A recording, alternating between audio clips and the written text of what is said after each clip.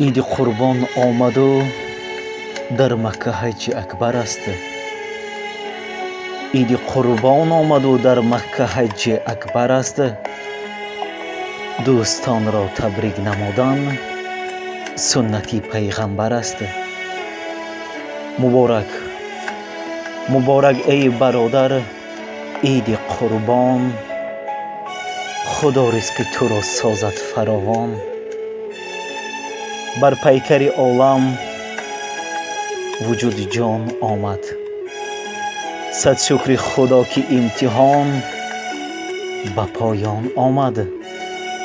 از لطف خداوند خلیل الرحمن یک عید بزرگ به نام قربان آمد. برایتان خوشی های روزگار، دسترخوانی پر از ناز و نعمت،